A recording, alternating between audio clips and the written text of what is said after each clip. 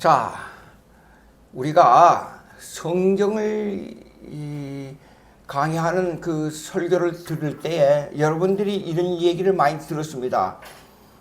구약은 율법이요 신약은 복음이다. 구약은 율법으로 구원 얻고 신약은 믿음 즉 복음으로 구원 얻는다. 이런 얘기를 자주 들었습니다. 그런데 워스민스터 신앙 고백서에 보게 되면 신구약의 구원 얻는 방법과 은혜에 대한 신구약의 일치성을 강조하고 있습니다. 즉 구약도 은혜이고 신약도 은혜이고 구약도 율법이고 신약도 율법이다. 그렇게 성경의 신구약의 일치성을 강조하는 것을 우리가 깊이 생각해야 됩니다. 이게 무슨 말이냐? 구약을 보고 율법이 먼저냐 은혜가 먼저냐, 신약도 은혜가 먼저냐 율법이 먼저냐, 실제로 우리에게 적용할 때는 은혜가 먼저이라는 걸 꼭 명심해야 됩니다. 죄인이기 때문에 이 죄인은 율법을 먼저 적용하면 살아남을 사람이 한 사람도 없습니다. 은혜로 구원받은 사람이 율법을 선용해야 된다 그 말입니다. 자, 구체적으로 구약을 가지고 제가 말씀을 드리겠습니다.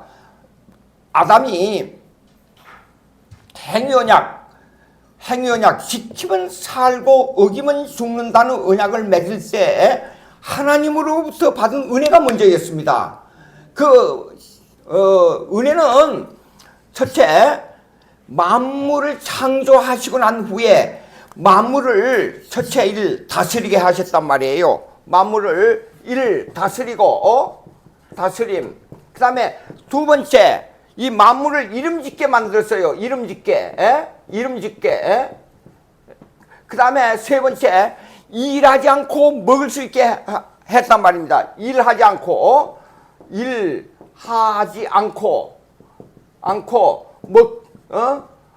먹을 수 있게 했단 말입니다. 그리고 가장 중요한 게 뭐냐면 우리가 하나님을 찾잖아요. 하나님을 찾는데 하나님과 교제하는 수단이 있어야 돼요. 우리가 하나님 모시고 사는데 하나님과 교제하는 수단이 지금은 하나님과 직접 교제하는 수단이 없고 간접적으로 교제하는 수단이 있는데 그것이 성경입니다. 성경. 그것이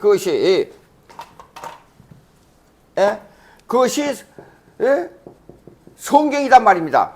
그러니까 성경을 제쳐놓고 내가 계시를 받았는데 하나님으로부터 이런 계시를 받았다. 이게 문제가 있습니다. 그러나 우리는 타락한 존재이기 때문에 성경을 통해서 하나님과 교제하는 수단이 됩니다. 그래서 은혜의 수단이 뭐냐? 하나님의 말씀이에요. 그리고 기도예요. 그리고 성례. 그 중에 가장 중요한 위치를 차지하는 게 뭐냐 그러면 성경입니다. 성경을 통해서 하나님과 교제하는 일을 하고 있다 그 말입니다. 그런데 이 네 가지를 먼저 다 우리 하나님과 아담과의 관계를 맺어놓고 제일 마지막에 하나만 하지 말라는 게 뭐냐면 선악과 먹지 말라 이겁니다. 선악과. 이거 행위언약이라 그래요. 지키면 살고 어기면 죽는다는 행위언약을 맺었습니다. 그러면 선악과를 마지막에 주셨는데 선악과를 주시기 전에 우리에게 은혜로 인간에게 즉 아담에게 은혜로 준 게 뭐냐? 만물을 다스리겠어요. 그 다음에 만물의 이름을 짓겠어요. 그 다음에 일하지 않고 먹을 수 있게 했어요. 그 다음에 그때는 하나님과 성경이 없은 시대였기 때문에 하나님과 직접 교제하는 이 하나님과 이게 네 번째네요. 이거요. 하나님과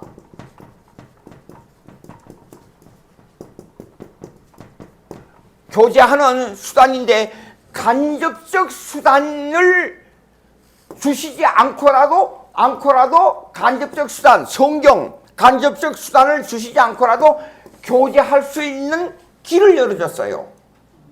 자, 이것이 뭐냐 그러면 은혜가 먼저 우리에게 완전히 이렇게 은혜를 먼저 제공한 다음에 그 다음에 선악과 행위 언약을 맺었단 말입니다. 자, 그다음 두 번째 모세 보시겠습니다. 모세와 이스라엘 백성, 모세와 이스라엘 백성. 모세가 이스라엘 백성을 구원할 때 이스라엘 백성이 400년 동안 애굽에 들어가서 그렇게 힘든 종살이 하는데도 불구하고 이스라엘 백성이 우상을 섬기지 않고 그 종놀이 속에서도 하나님의 율법을 잘 지켰기 때문에 이스라엘 백성을 애굽에서 이끌어냈습니까? 아닙니다. 자, 일단 이것부터 얘기하겠습니다. 모세의 율법은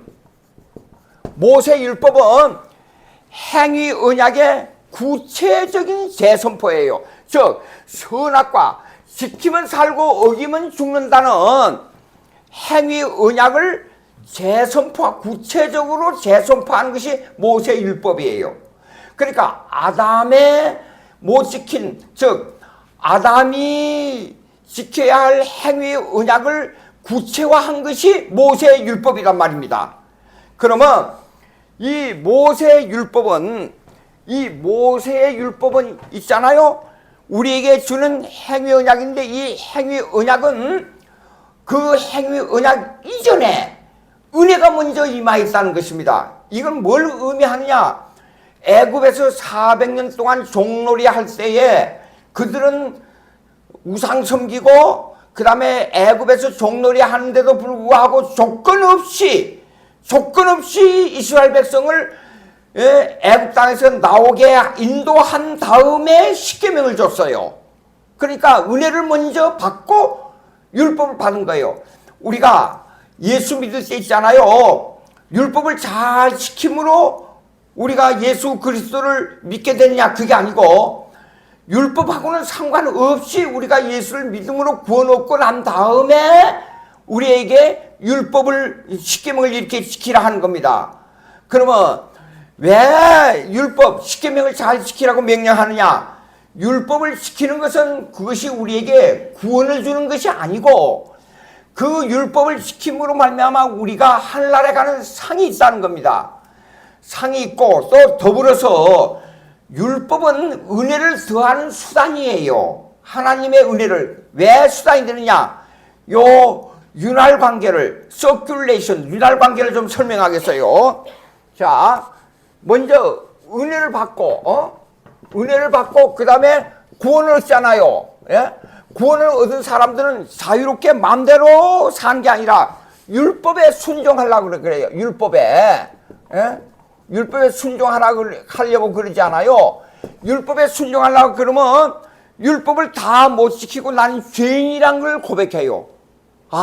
율법을 아무리 잘 지키려고 해도 못 지켜요.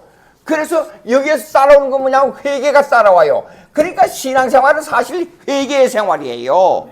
네, 회개 생활. 회개하고 돌아서면 뭐가 나타나냐 그러면 믿음으로 구원 얻는다는 것을 알게 돼요. 예. 믿음으로 구원 얻게 된 사람들은 어떻게 하죠? 하나님의 자녀가 됐기 때문에 하나님의 명령대로 살아야 되잖아요. 그렇기 때문에 다시 하나님의 은혜를 깨닫고 하나님의 은혜를 깨닫은 다음에 그 은혜는 구원으로 이어지고 구원받은 사람은 율법에 또 순종하려고 그래요. 예, 율법에 순종하려고 그러면 다시 못 지키니까 회개하고 회개한 사람이 결국은 회개함으로 말미암아 믿음으로 구원했잖아요. 이것이 하나님의 은혜잖아요. 보세요. 은혜에서 구원으로서 율법의 순종으로 회개로 믿음고 이게 이 쳇바퀴 돌듯이 도는 거예요. 그러니까 결국에 따져보면 율법은 은혜를 구하는 하나의 수단이에요. 은혜에 가까이 가는 몽학성생이에요. 율법은. 그렇기 때문에 율법으로 구원 얻는 게 아니라 믿음으로 구원 얻는다는 것은 간단한 게 아니고 그 다음에 먼저 우리에게 임하는 것은 율법으로 구원을 얻는 게 아니고 먼저 믿음을 얻은 다음에 율법을 순종하려고 하는 것이 뒤따라온다 그 말입니다. 구약도 그런 의미에서 구약도 믿음이고 신약도 믿음이고 구약도 은혜가 먼저이고 신약도 은혜가 먼저예요. 그러나 율법이라는 것은 구약은 율법을 지키라고 하는 의미는 뭐냐 그러면 이스라엘 백성을 이끌어오는 하나의 이스라엘 백성을 이끌어오기 위한 훈련의 수단이 바로 율법이에요. 그러나 그들은 애굽에서 나올 때 먼저 하나님의 은혜로 먼저 나왔어요. 그 다음에 모세의 율법을 받은 겁니다. 구약도 율법, 신약도 율법, 구약도 은혜, 그 구약도 은혜, 구약도 믿음, 신약도 은혜, 신약도 믿음과 동질성을 가지고 있다. 꼭 우리가 명심해야 되겠습니다.